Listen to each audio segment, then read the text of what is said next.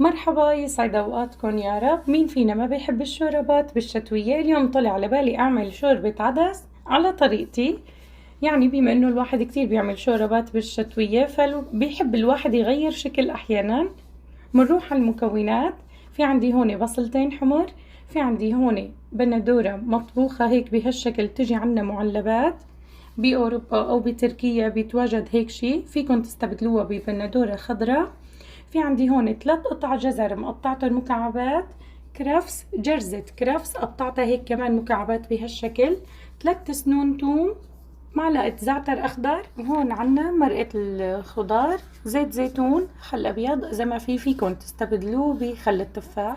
وفي عنا العدس البني، ولا تنسوا رشة الفلفل والملح البحري، زيت الزيتون. هون ضفت المكونات العطرية، الجزر والكرفس والبصل، ضفت معلقتين كمون، الملح، الفلفل الأسود. إخواني بعد ما تقلت الخضرة شي 7 دقايق ضفت البندورة والزعتر الأخضر والثوم، وراح ضيف مرقة الخضار